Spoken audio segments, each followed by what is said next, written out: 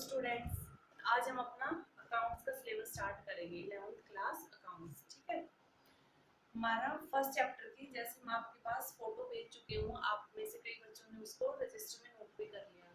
ठीक है, अब मैं वो जो फोटो भेजी उसको आपके आगे एक्सप्लेन करूंगी कि वो क्या चीजें हैं। हो सकता है क्या है कि आपको उसमें से कुछ भी समझ नहीं आया होगा, क्योंकि फर्स्ट आपकी क्लास है, उससे पहले अकाउंट्स के बारे में आपने कभी कुछ पढ़ा नहीं, कुछ जानते नहीं। ठीक है, तो आज हम अपनी फर्स्ट क्लास स्टार्ट करते हैं। तो हमारा अकाउंट्स का फर्स्ट लेसन है लेखांकन का अर्थ एवं उद्देश्य। ठीक है, कि लेखांकन है क्या, अकाउंटेंसी क्या है, ठीक है, अकाउंटिंग क्या है, अकाउंट क्या है, हम इन सब के बारे में पढ़ेंगे कि क्या है लेखांकन, क्यों किया जाता है, ठीक है, क्या होता है, कैसे किया जाता है।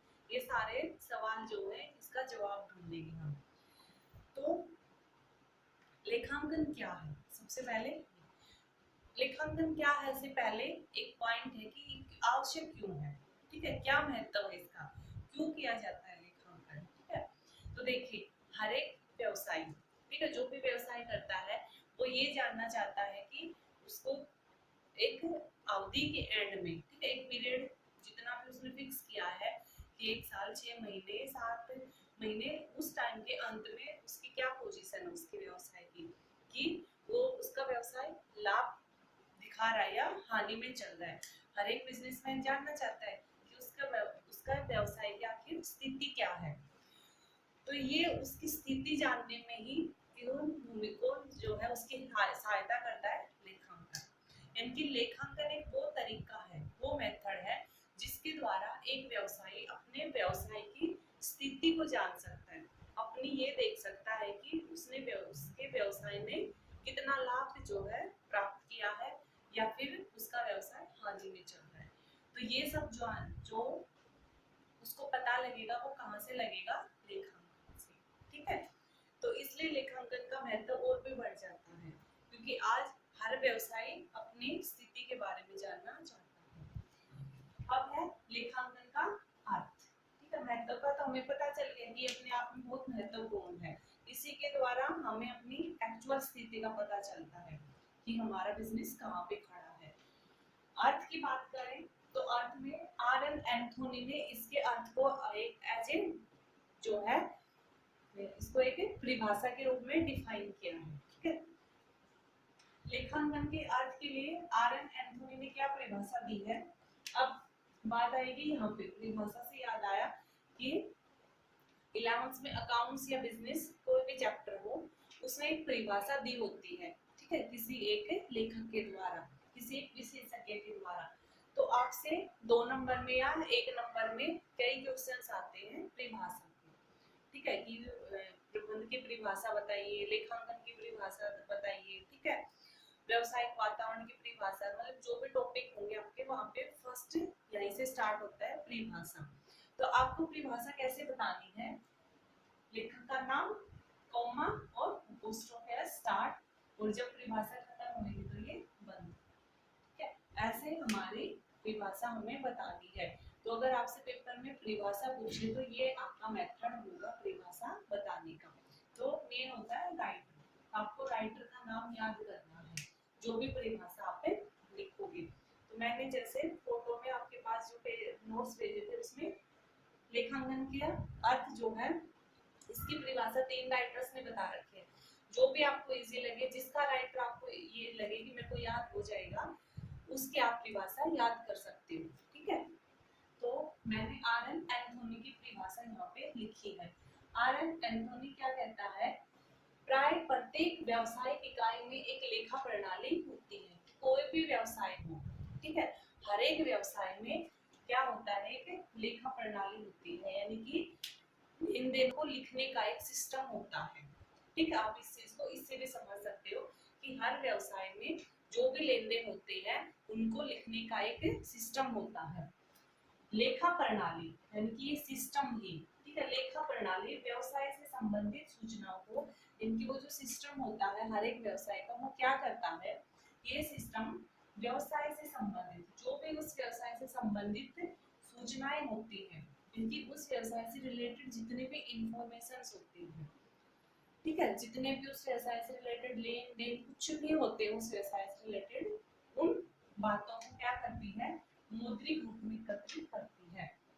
यानी कि उन सब घटनाओं को मुद्रा के रूप में नापती है, कि पैसे के रूप में, कि कोई भी घटना अगर घटित होती है तो उसका ये देखा जाएगा कि इस घटना की वजह से कितने रुपए का लाभ हुआ है या कितने रुपए की हानि हुई है। यानी कि मेन है मुद्रा, पैसा, ठीक है। मुद्रा मतलब, मौद्रिक मतलब पैसे में, जिसको अकाउंट्स के परिभाषा में वित्त भी बोलते हैं। वित्त होगा, मुद्रा हो गया, पैसा हो गया, कुछ भी बोल सकते हो आप, ये तीनों का मतलब एक ही है, ठीक है। तो उसको मुद्रा के रूप में हम इकट्ठा करते हैं कि जो भी घटनाएं होती है सबसे पहले ये देखा जाएगा कि कितनी पैसे का ये हुआ है, कितने पैसे की घटना है। फिर उसका सारांश बनाएंगे, सारांश मतलब समरी, कि उसमें घटनाएं तो दुनिया भर की होंगी, उसका एक संक्षिप्त रूप बनाएंगे। जैसे आप ऐसे लिखते हो, पूरा लंबा लिखते हो, लेकिन ऐसे का जो निचोड़ होता है, जो मेन, जो उसमें बातें होती है, वो आप सारांश के रूप में, समरी के रूप में नीचे लिखते हो। यानी कि ऐसे का पूरा सब कुछ उस समरी में शामिल होता है। तो उन्हीं लेन देनों को हमने एकत्रित किया, इकट्ठा कर लिया, ठीक है। फिर उनका हम समरी बनाएंगे और उसके बाद उनका विश्लेषण करेंगे कि जो घटनाएं घटित हुई, हमने उनको इकट्ठा किया है, हम उनका विश्लेषण करेंगे। विश्लेषण मतलब उसको जांचेंगे, परखेंगे, उसको देखेंगे कि इसके वजह से क्या निकल के आया, हमारा लाभ निकला है, हानि निकली है, हम लोग घाटे में गए या हमें फायदा हुआ है। तो उसको हम एनालिसिस करेंगे, विश्लेषण करेंगे, उसको जांच परखेंगे, ठीक है। और ये करने के बाद जानकारी देने का साधन है। और जब ये सब कुछ निकल गया, तब हम उन बातों की जानकारी व्यवसाय के स्वामी तक पहुंचाएंगे, या व्यवसाय में जिसने पैसे लगा रखे उन व्यक्तियों तक। इनकी इन सब चीजों की जानकारी किसके लिए जरूरी है, जो उस व्यवसाय से जुड़े हुए होते हैं, जो व्यक्ति उस व्यवसाय से कनेक्ट होते हैं, वो ही तो ये जानना चाहते हैं व्यवसाय के बारे में। तो इन सब चीजों से जो सूचना निकल के आएगी, उस सूचना को पहुंचाना है, जानकारी देनी है उस सूचना के बारे में व्यक्ति को, ठीक है। तो ये थी आपकी लेखांकन की परिभाषा की लेखांकन क्या है। तो क्या है, क्या क्लियर हुआ। आर.एन. एंथोनी कहता है कि प्राय प्रत्येक व्यवसायिक इकाई में एक लेखा प्रणाली होती है, और लेखा प्रणाली व्यवसाय से संबंधित सूचनाओं को एकत्रित करती है, सारांश बनाती है, उनका विश्लेषण करती है और जानकारी देने का साधन है, ठीक है। आप लोगों को परिभाषा ऐसे ही याद करनी पड़ेगी, ठीक है। परिभाषा में आप जोड़ के नहीं लिख सकते, एज इट इज लिखनी पड़ती है। जिस राइटर ने दी है उसकी परिभाषा एज इट इज लिखनी पड़ती है, ठीक है। नेक्स्ट है लेखांकन की विशेषताएं क्या है। आखिर कैसे पता चले कि ये लेखांकन है। जैसे होता है ना, विशेषता क्या होती है, जैसे आपके क्लास में दो राम है, ठीक है। तो जिस किसी टीचर को राम को बुलाना है तो क्या कहती है वो, या तो उसका रोल नंबर बताएगी, क्या कि इंटेलिजेंट वाला राम या डफर राम, ठीक है, या फिर फादर नेम से, ठीक है, या फिर कुछ भी, ठीक है, गांव का नाम बताएगी। इनकी उसकी एक विशेषता बताएगी ताकि हम उसको अलग कर पाए, वरना किस राम को बुला के लाएंगे। तो यही होती है विशेषता, कि बाकी सबसे कुछ अलग है उसमें, ठीक है। तो लेखांकन में क्या विशेषताएं हैं, तो फर्स्ट है लेखांकन कला भी है और विज्ञान भी है। इनकी लेखांकन आर्ट और साइंस दोनों होती है लेखांकन, ठीक है। कैसे, कला कैसे होती है, कला वह विधि होती है जो पूर्व निर्धारित उद्देश्यों को प्राप्ति करती है। इनकी आर्ट क्या होती है, आर्ट वो होती है जो हमने पहले से कुछ उद्देश्य फिक्स कर रखे हैं, ठीक है। उन उद्देश्यों को, उन उद्देश्यों को प्राप्त करती है, उन उद्देश्यों को पाने, पाने का मेथड ही, पाने का जो साधन है वो क्या होती है, कला होती है, ठीक है। तो अब आप लोग कहोगे कि लेखांकन कैसे कला है, तो लेखांकन भी देखिए, हर एक व्यवसाय का अपना एक उद्देश्य होता है, और ज्यादातर क्या उद्देश्य होता है, लाभ कमाना। तो ये उद्देश्य उस संस्था ने प्राप्त किया या नहीं किया, ये कैसे पता चलेगा, हमें लेखांकन से। लेखांकन मतलब हम उसके बारे में देखेंगे, ठीक है। साल के दौरान जितने भी लेन देन घटनाएं हुई है हम उनको रिकॉर्ड करेंगे, उनका एनालिसिस करेंगे, उनकी विश्लेषण करेंगे, जोड़ घटाव उनकी करके देखेंगे और एंड में हमें पता चलेगा कि हमने जो उद्देश्य फिक्स किया था कि 1 साल के अंदर हमें इतना लाभ कमाना है, तो क्या हमने वो उद्देश्य प्राप्त किया या नहीं किया। ठीक है, तो इसलिए हम कह सकते हैं ना कि लेखांकन क्या है, एक कला है। अब दूसरा विज्ञान। अब लेखांकन साइंस कैसे है। ठीक है, विज्ञान क्या होता है, विज्ञान ज्ञान की कोई भी संगठित शाखा। ठीक है, यानी कि ज्ञान हो, ज्ञान की कोई भी ऐसी शाखा हो, कोई भी ऐसी संगठित शाखा हो। संगठित मतलब एक ऑर्गेनाइज्ड रूप हो, जिसका जो सिस्टम के तहत बन के तैयार हुआ, एक प्रोसेस के तहत बन के आया हो, ऐसे ना कहीं से कुछ भी जो है क्रिएट हो गया। ठीक है, उसके एक प्रोसेस हुई हो बनने की। ठीक है, तो ज्ञान की कोई भी संगठित शाखा जो कुछ निश्चित सिद्धांतों पर आधारित वो विज्ञान कहलाती है। ठीक है, कुछ निश्चित सिद्धांत, यानी कि कोई भी ज्ञान की ऐसी शाखा जिसका बेस क्या हो, कुछ सिद्धांत हो जिसके बेस में। ठीक है, जैसे साइंस में क्या होता है, न्यूटन का सिद्धांत है। क्या है सिद्धांत, कि कोई भी चीज ऊपर फेंकेंगे वो नीचे आएगी, तो उसके पीछे क्या थ्योरी है, गुरुत्वाकर्षण, है ना। तो ऐसे ही लेखांकन में भी कई ऐसे सिद्धांत हैं जो आप आगे जाके पढ़ोगे। लेखांकन की भी अपनी थ्योरीज हैं, उसके भी अपने स्टैंडर्ड्स है जिसके हिसाब से उसको काम करना पड़ता है। ऐसे नहीं है कि कोई भी व्यवसाय कैसे कुछ भी रिकॉर्ड किसी भी पेज पे कैसे भी कर ले। ठीक है, कोई किसी भी आइटम्स को कहीं पर भी लिख ले, ऐसे नहीं लिखना होता।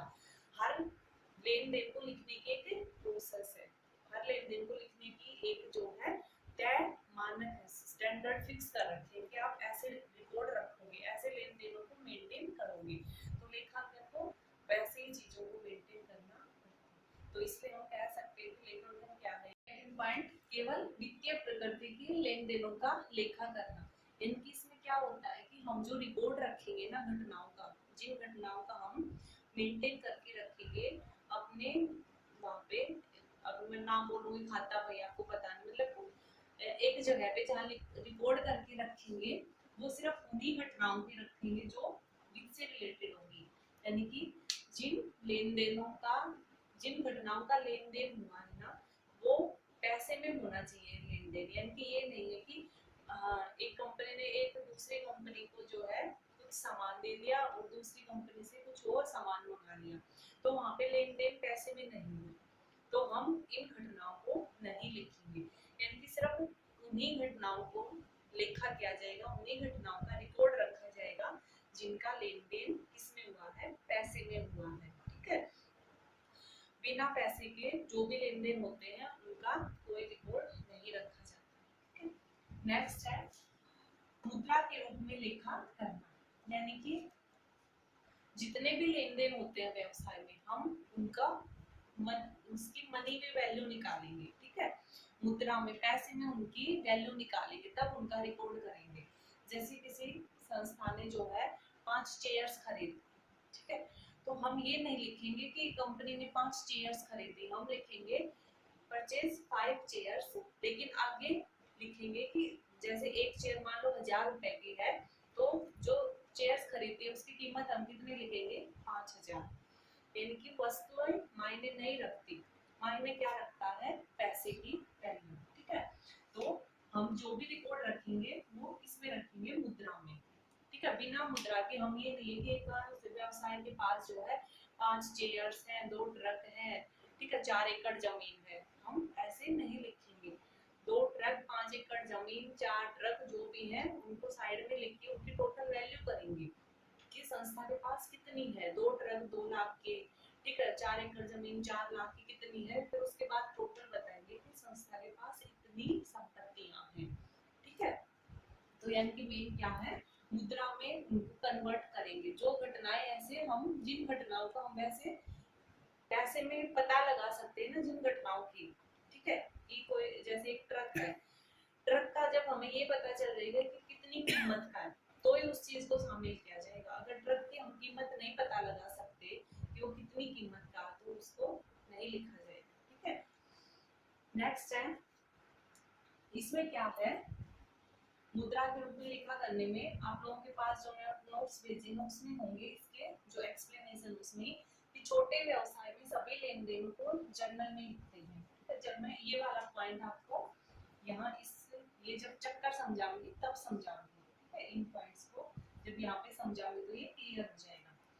तो नेक्स्ट हमारा वर्गीकरण करना, क्लासिफाई करना। एक ही प्रकृति के लेन देनों को एक ही जगह एक खाते में लिखा जाना, ठीक है। वो क्या होता है वर्गीकरण। इनकी देखिए एक संस्था में कई तरह के लेन देन होते हैं, ठीक है। राम से आज हमने सामान मंगाया, कल हमने मोहन को कुछ सामान बेच दिया, परसों सोहन से हमने कुछ सामान परचेज किया, खरीदा, ठीक है। उससे अगले दिन हमने कच्चा माल मंगवाया मिस्टर एक्स से, उसके नेक्स्ट दिन हमने राम को फिर कुछ सामान बेच दिया। तो इनकी अब देखिए राम एक तो स्टार्टिंग में आया था, बीच में मोहन सोहन आते हुए फिर राम के साथ फिर हमारा कुछ लेन देन हो गया।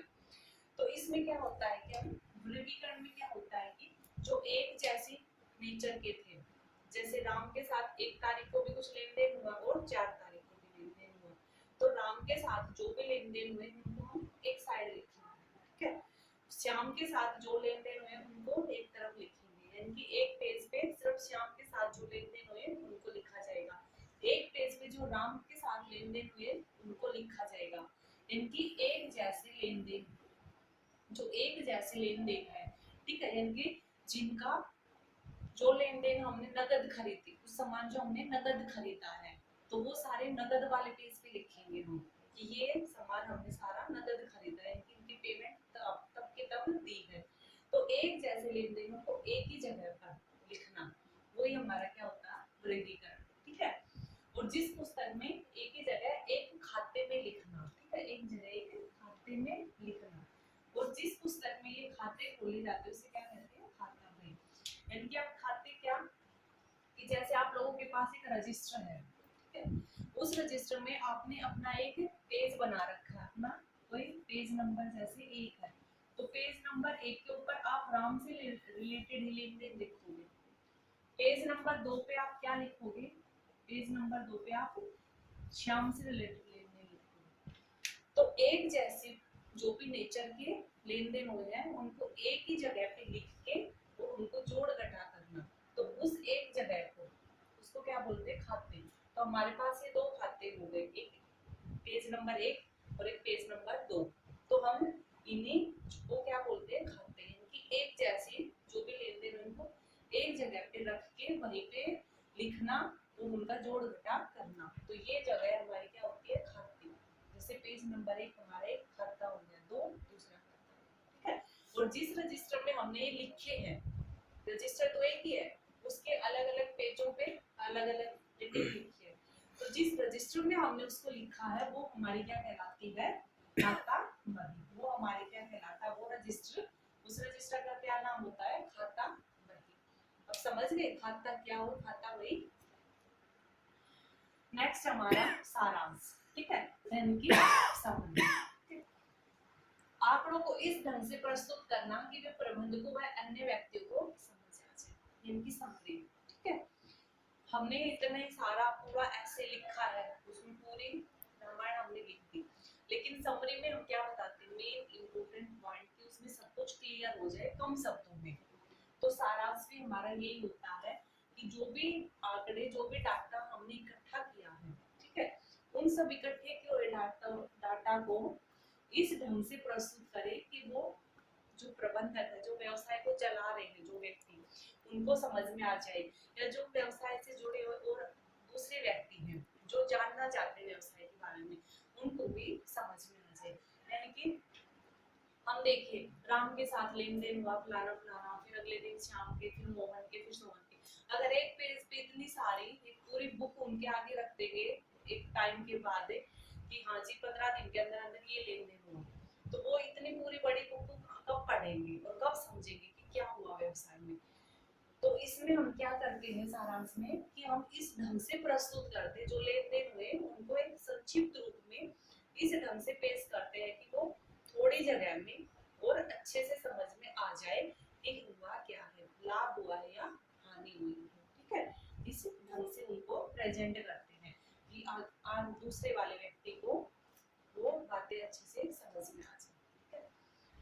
अब नेक्स्ट है परिणामों की व्याख्या, कि हमने वो रिकॉर्ड उनके आगे रख तो दिए, ठीक है, एक परफॉर्मा बना के कि देखिए ये अब हमें उनकी व्याख्या करनी है, जो रिजल्ट आए हैं, जो परिणाम आए, जो रिजल्ट आया है उसको एक्सप्लेन करना है कि क्या रिजल्ट आया है। हानि आई है तो कितनी हानि आई है, क्यों आई है, इसके सुधार के लिए क्या कर सकते हैं। ठीक है, लाभ हुआ है तो कितना लाभ हुआ है, किस प्रकार से हमने प्राप्त किया है, इसको कैसे हम बनाए रख सकते हैं। इनकी जो भी रिजल्ट आई है उनकी व्याख्या करनी होती है। नेक्स्ट है संग्रहण, कम्युनिकेशन। इनकी जो भी रिकॉर्ड हमने निकाल लिया, उनको एक्सप्लेन कर दिया, ठीक है, अब उसको कम्युनिकेट करना है। इनकी कम्युनिकेट, संवहन या कम्युनिकेट का मतलब क्या होता है, अपनी बातों को, अपने विचारों को, अपने थॉट्स को दूसरे व्यक्ति तक पहुंचाना। ये जो हमारे पास है और हम दूसरे व्यक्ति तक उसको वो बात पहुंचाना चाहते हैं, तो अपनी बातों को या अपने विचार, अपने थॉट्स, अपने मत जो भी है उसको दूसरे व्यक्ति तक पहुंचाना, इसी प्रोसेस को क्या कहते हैं, संवहन या कम्युनिकेशन। तो जो व्यवसाय में जो निकल के आया है, जो रिकॉर्ड, उसको व्यवसाय से जुड़े हुए कई व्यक्ति होते हैं। देखो, व्यवसाय में काम करने वाला, कंपनी में काम करने वाले एक कर्मचारी भी होता है, स्वामी भी होता है उसका, कोई व्यक्ति पैसा भी लगाता है उसमें, ठीक है, उसमें काम करने वाले मजदूर भी होते हैं। तो वो सब उस कंपनी के बारे में जानना चाहते हैं कि ये कंपनी किस पोजीशन में है, इसको लाभ भी हो रही है या नहीं हो रही। तो उन सब व्यक्तियों तक कंपनी की स्थिति को पहुंचाना, वो क्या होता है, संबंध। ठीक है, तो ये थी हमारी विशेषताएं। अब आप लोगों के एक, जब आपने विशेषता में ये पॉइंट पढ़ा, तब आप लोगों के आगे एक डिटेल आई होगी कि छोटे व्यवसाय में सभी लेन देन जर्नल में लिखते हैं, यानी कि एक होता है लेखांकन चक्कर। ठीक है, कि लेखांकन का चक्कर, कि लेखांकन कैसे कैसे किया जाता है, किस किस चक्कर में घूम के पूरा होता है। आंकड़ों को लिखने की जो प्रोसेस होती है, आंकड़ों को एक जगह पे लिखने की, उसमें जोड़ घटा करने की, फिर उससे रिजल्ट निकालने की कि संस्था को आखिर में क्या रिजल्ट मिला है। ठीक है, वो सारी जो होती है प्रक्रिया, वो एक चक्कर में घूमती है। ठीक है, वो चक्कर क्या होता है, वो उसको बोलते हैं लेखांकन चक्कर, जो इम्पोर्टेंट है। ठीक है, लेखांकन चक्कर। तो इस पॉइंट में यही बता रखा है। लेखांकन चक्कर में क्या होता है, देखिए सबसे पहले लेन देन होते हैं। ठीक है, व्यवसाय में कुछ भी लेन देन होंगे, व्यवसाय किसी से कुछ मंगाएगा, किसी को कुछ देगा। ठीक है, कुछ ना कुछ लेन देन हुआ, तो हमारा जो चक्कर है वो लेन देन से स्टार्ट। जब तक हम किसी दूसरे व्यक्ति को कुछ से लेंगे नहीं या कुछ देंगे नहीं, तब तक लेन देन या कुछ भी व्यवसाय की प्रक्रिया स्टार्ट ही नहीं होगी। ठीक है, तो सबसे पहले क्या होगा, कुछ लेन देन होगा। उस लेन देन को हम सबसे पहले कहाँ लिखते हैं, जो हमारा सबसे पहला एक तरह से लगा लो रजिस्टर होता है, तो सबसे पहले हम उसको जिस जगह पे रखेंगे, जिस रजिस्टर में नोट करेंगे, उसको हम क्या बोलते हैं, जर्नल या रोजनामचा। ठीक है, तो उस पहले रजिस्टर का क्या नाम हो गया, जर्नल या रोजनामचा। ठीक है, कि व्यवसाय में जितने भी लेन देन हुए उसको हम किसमें लिखेंगे, उस रजिस्टर का क्या नाम है, जर्नल, रोजनामचा। ठीक है, अब देखिए अगर एक छोटा व्यवसाय है, तो उसमें मुश्किल से एक महीने में कितने लेन देन होंगे, 2 4 5 लेन देन हो जाएंगे।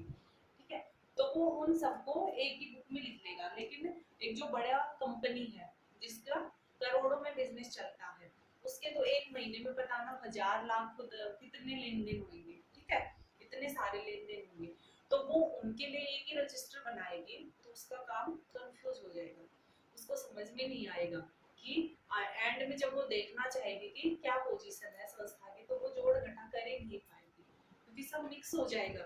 ठीक है, तो इसके लिए दूसरा तरीका क्या होता है कि जो जहाँ पे लेन देन ज्यादा होते हैं, जहाँ व्यवसाय बड़ा होता है, वहां पे हमें एक रजिस्टर से काम नहीं चलाना पड़ेगा। जैसे आप लोगों की कोई क्लास है मान लो, ठीक है, आप लोगों की 2 दिन के लिए कोई बाहर से क्लास लेने आई है, आप लोग बाहर गए क्लास लेने। ठीक है, तो एक ट्रेनिंग आपकी 2 दिनों की, तो उन 2 दिनों के लिए आप एक रजिस्टर लेके जाते हो। ठीक है, और वहां पे आपको ट्रेनिंग में अलग अलग 5 टीचर्स आपको पढ़ा के गए, उन पांचों ने, किसी ने मैथ्स का कुछ बताया, किसी ने इंग्लिश का, किसी ने साइंस का, तो आप वहां पे तो एक ही रजिस्टर लेके गए, आपने उसी रजिस्टर में उन 500 सब्जेक्टों का जो भी आपको पढ़ाने को मिला, जो भी आपको इम्पोर्टेंट लिखा आपने उसे एक ही रजिस्टर में नोट कर लिया, क्योंकि वो ट्रेनिंग 2 ही दिन की थी। तो ऐसे ही जो छोटा बिजनेस है ना, वो अपनी एक ही जगह रिपोर्ट कर सकता है, एक ही रजिस्टर में पूछना। लेकिन सोच के देखिए, आप स्कूल में हो, हर रोज स्कूल आते हैं, हर रोज आपके 5 पीरियड लगते हैं, तो क्या एक ही रजिस्टर से काम चल जाएगा? नहीं चलेगा ना। आपको मैथ का अलग से बनानी पड़ेगी, साइंस की अलग से, हिंदी की अलग से, अलग अलग बनाते हैं। तो ये इसमें जब एक व्यवसाय बड़ा होता है तो उसमें बहुत सारे लेन देन, तो उन बहुत सारे लेन देनों को एक रजिस्टर में नहीं लिखा जाता। उन लेन देनों के लिए फिर अलग से सहायक पुस्तकों का सहारा लेना पड़ता है, ठीक है। सब्सिडरी बुक्स, सहायक पुस्तकें जो सहायक है, इस एक पुस्तक से काम नहीं चलेगा, इस एक बुक से काम नहीं चलेगा, अदर बुक्स भी चाहिए जिनको बोलते हैं सहायक पुस्तकें। तो ये भी उसको बनानी पड़ेंगी। तो ये कैसे बनानी पड़ेंगी? देखिए, छोटा है तो सीधा यहाँ पे आ जाएगा, अगर बड़ा व्यवसाय है तो लेन देन की बात है, जैसे यहाँ पे आ गया छोटा, छोटे में जनरल के बाद आता है लेजर या खाता बही। लेकिन अगर बड़ा व्यवसाय है तो लेन देन से खाता बही बनाने के लिए उसको इसकी बजाय ये बुक्स बनानी पड़ेगी, ठीक है। ये कौन सी होती है? फर्स्ट है कैश बुक, ठीक है। कैश बुक क्या होती है कि व्यवसाय में जितने भी लेन देन होते हैं, ठीक है, वो लेन देन जो नगद हुए हैं, उधार में नहीं हुए, हर एक लेन या देन के पीछे पैसे में पेमेंट हुई है, ठीक है, या हमने पैसे दिए या हमने पैसे लिए हैं, इनकी नगद में जितने भी लेन देन हुए हैं उनको हम लिखेंगे अपनी एक कैश बुक में। इनकी हमने एक अलग रजिस्टर बना लिया सिर्फ नगद का, जो नगद हमने लिया या नगद हमने दिया, उन नगद को हम एक अलग रजिस्टर में लिखेंगे जिसका नाम क्या होगा? Cash book.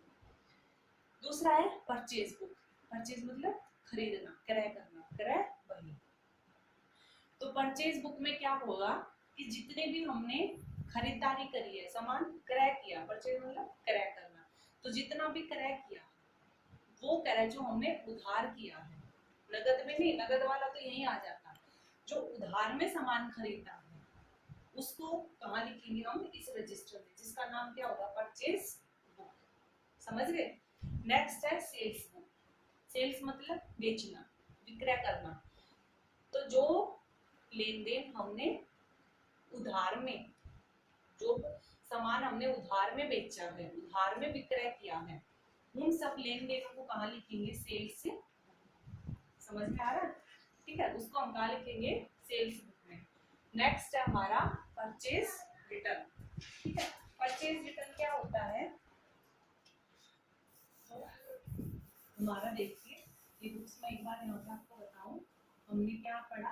कैश बुक हमें पता चल गया। नेक्स्ट है परचेज बुक, यानी कुछ भी उधार में हमने जो खरीदा है। नेक्स्ट है सेल्स, ठीक है, जो सेल्स मतलब विक्रय, जो हमने उधार में सामान बेचा है, उन सब का लेन देन हम इसमें रखेंगे। उसके बाद है परचेज रिटर्न। परचेज रिटर्न, देखिए परचेज यहाँ पे भी था, परचेज मतलब खरीदना, रिटर्न मतलब वापस करना, ठीक है, यानी कि क्रय वापसी। हमने सामान क्रय तो किया था, परचेज तो किया था, लेकिन हो सकता है वो माल कई बार खराब आ जाए, टूटा फूटा आ जाए, या हमें उसकी क्वालिटी अच्छी नहीं लगी, तो हमने उस सामान को वापस दे दिया। एक कंपनी ने सामान मंगाया किसी, मान लो मिस्टर एक्स से, मिस्टर एक्स ने वो सामान अच्छा नहीं बेचा, ठीक है, खराब क्वालिटी भेजी, तो वो कंपनी मिस्टर एक्स को सामान को वापस भेजेगी। तो ये जो वापस भेजेगी उसको कहाँ लिखेगी? परचेज रिटर्न वाली। समझ गए? नेक्स्ट हमारा क्या? सेल्स रिटर्न, ठीक है, ये क्या होती है? विक्रय वापसी। ऐसे देखो, हमने भी तो किसी और को, एक कंपनी ने किसी और को सामान बेचा, हो सकता है उसको भी तो पसंद ना आए कंपनी का सामान, तो कंपनी का सामान भी तो उसके पास वापस आ सकता है। तो व्यवसाय में जो सामान बाहर दिया लेकिन बाहर से वापस आ गया, ठीक है, उसने जो सामान बेचा वो उसके पास वापस आ गया, तो उसका रिकॉर्ड कहाँ रखेगी? सेल्स रिटर्न में, ठीक है। उसके बाद है बिल्स रिसीवेबल। नेक्स्ट है बिल्स रिसीवेबल। बिल्स रिसीवेबल, ठीक है, इसमें क्या होता है? देखिए कई बार नगद में लेन देन नहीं होता, उधार में भी नहीं होता। हम क्या करते हैं, एक पेपर पे लिख के दे देते हैं, ठीक है, कि हाँ भी मैंने इतना सामान इससे खरीदा है और मैं फलाना फलाना 3 महीने बाद इस तारीख को इसका भुगतान कर दूंगा। तो जब ऐसे जो पेपर वर्क में मंजूर करते हैं, ठीक है, जो एक बिल बन के तैयार हो जाता है कि हाँ मैंने खरीदा है, इतनी पेमेंट में इसको इतने टाइम के बाद वहां पे कर दूंगा, तो एक बिल बन के तैयार हो गया उसकी व्यक्ति की मंजूरी का कि हाँ भाई मैंने कंपनी से 20 लाख का सामान खरीदा है। तो वो जो एक मंजूरी उसने दी है एक बिल पे लिख के, उनको क्या बोलते हैं, बिल्स रिसीवेबल, ठीक है। तो उन सबको इस बुक में लिखी जाएगी, ठीक है। दूसरा है बिल्स पेएबल। देखिए ये तो किसी व्यक्ति ने संस्था से खरीदे होंगे, व्यवसाय से, ठीक है, और व्यवसाय को लिख के दे दिए होंगे बिल कि हाँ भाई मैं इस व्यवसाय को पैसे दूंगा। अब व्यवसाय भी तो और व्यक्तियों से सामान खरीदा जैसे, तो उस कंपनी को उस व्यवसाय को भी तो दूसरे लोगों को पैसा देना है, लेकिन पैसे देने के लिए कंपनी के पास अभी नहीं है पैसे, ठीक है, देने के लिए।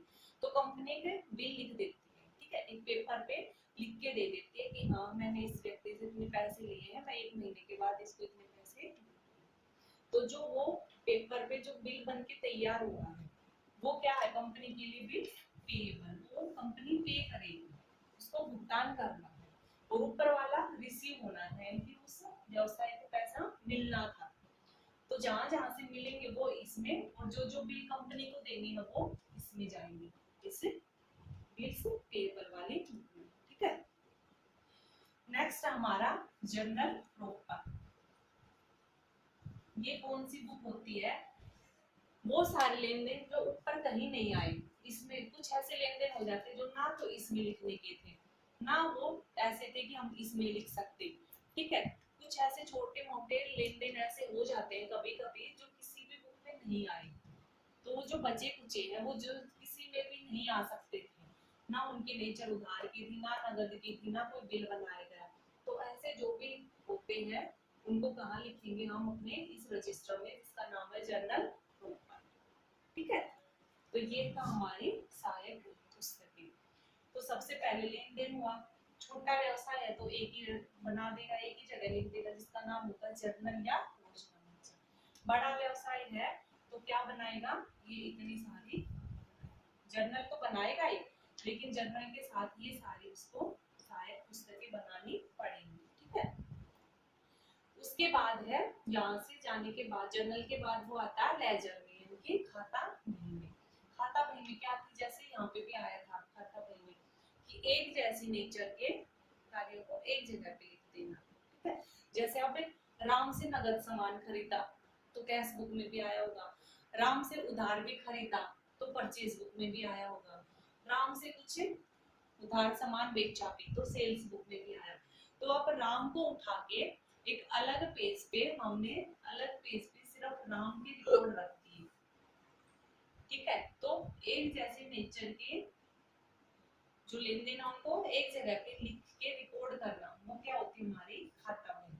तो अब जो राम जगह जगह बिखरा पड़ा था हमने उसको एक जगह पे रख दिया, और उससे जितने भी लेन देन, 1 तारीख को ये हुआ, 10 को ये हुआ, 15 को हुआ, तो वो इकट्ठे मिल गए हमें। अब राम को ढूंढने के लिए हमें ये सारे बुक्स नहीं देखनी पड़ेंगे, ठीक है। तो वही होती है खाता बही, समझिए समझिए। नेक्स्ट है हमारी ट्रायल बैलेंस, तलपट। तलपट क्या होती है, तलपट होती है ट्रायल बैलेंस या तलपट क्या होती है, शेष, खातों का शेष, कि हमने जो यहाँ पे खाते बनाए हैं उनका क्या बैलेंस निकल के आया। जैसे हमने राम का खाता बनाया था, ठीक है, राम का हमने एक खाता बना लिया जिसमें उसके सारे लेन देन रिकॉर्ड कर दिए, कुछ हमने उससे पैसे लेने हैं, ठीक है, कुछ हमने उसको देने हैं, ठीक है। साल के दौरान कुछ ऐसे आए जो लेने थे कुछ देने थे, एंड में हमने देखा, इधर के जोड़ के देखे इधर के जोड़ के देखे, तो हमें ऐसे पता चला कि हमें इससे 200 रुपए लेने हैं, तो व्यवसाय को उससे पैसे लेने हैं। तो राम का क्या बैलेंस निकल के आ गया, 200 रुपए लेने के, समझ गए। ऐसे ही एक अलग है कोई व्यक्ति श्याम, श्याम से भी कई तरह के लेन देन हुए, ठीक है। श्याम से पैसे हमें लेने भी है और इधर देने भी थे, साल भर कुछ आपस इसमें लेना देना होता रहा, कभी इसने पैसे दे दिए, कभी इसने उधार खरीद लिया, ऐसे ही चलता रहा। एंड में हमने इन दोनों को जोड़ के देखा तो हमें पता चला कि 500 रुपए एंड में श्याम को देने हैं, यानी कि व्यवसाय को देने पड़ेंगे श्याम को। तो हमें तो ट्रायल बैलेंस में हम यही लिखेंगे, ट्रायल बैलेंस में हम लिखेंगे राम को 200 रुपए लेने हैं और श्याम को 500 रुपए देने हैं। तो अब हमें राम और श्याम का एक ही लाइन में पता चल गया, लेना या देना। ठीक है? इन जगहों पर तो राम जगह जगह बिखरा पड़ा था, फिर इस लेजर में राम एक जगह पे आया, लेकिन उसके भी बहुत सारे लेन देन आ गए, एक गाड़ी को खरीदा, फिर 2 को, फिर 5 को, फिर 7 को। लेकिन ट्रायल बैलेंस में आते आते हमें एक लाइन में पता चल गया कि राम से लेनी है या देनी है। समझ गए? ठीक है, ठीक है। उसके बाद नेक्स्ट हमारा trading profit and loss and balance sheet. तो लेखांकन का आखिरी चैप्टर का आखिरी पॉइंट होता है trading profit and balance sheet. Main आपका जो है अकाउंट्स में पढ़ने का वो यही अकाउंट्स होंगे कि ट्रायल बैलेंस के बाद हम कुछ एक परफॉर्मा बनाते हैं। ठीक है, एक ऐसे परफॉर्मा जिसके द्वारा हमें पता चलता है कि व्यवसाय को लाभ हो रहे हैं या हानि। तो वो जो लाभ हानि पता करने के लिए हम जो एक मतलब स्टैंडर्ड के हिसाब से जो रिकॉर्ड रखते हैं कि किस चीज को कहाँ पे कैसे लिखा जाएगा। ठीक है, तो उसी हिसाब से हम एक बनाते हैं ट्रेडिंग अकाउंट, व्यापारिक खाता। ठीक है, जब आप करेंगे तब आपको समझ में आएगा। तो इनमें क्या होता है कि ट्रेडिंग प्रॉफिट एंड लॉस और बैलेंस शीट में क्या पता चलता है कि जब हम ट्रेडिंग बनाएंगे तो हमें पता चल जाएगा कि संस्था का सकल लाभ कितना है। ठीक है, इनकी कितना लाभ उसको हुआ है। प्रॉफिट एंड लॉस बनाएंगे तो हमें पता चल जाएगा कि संस्था का शुद्ध लाभ कितना है या शुद्ध हानि कितनी है। ठीक है, कि सारे खर्चे घटा के व्यवसाय के पास कितना लाभ बचा है, कितनी हानि हुई है। और एंड में हम बनाते हैं बैलेंस शीट। ठीक है, बैलेंस शीट में संस्था की बैलेंस का पता चलेगा कि वो कहाँ पे है, उसकी पोजीशन पता चलेगी कि उसके पास कितनी संपत्तियां हैं, उसके पास उसके कितने दायित्व हैं, इनके लोगों से कितना पैसा उधार ले रखा है। ठीक है, तो ये था हमारा लेखांकन का चक्कर जो इम्पोर्टेंट है। सबसे पहले लेन देन होंगे, फिर जर्नल, उसके बाद लेजर में जाएगा, फिर ट्रायल बैलेंस बनेगी और फिर ट्रेड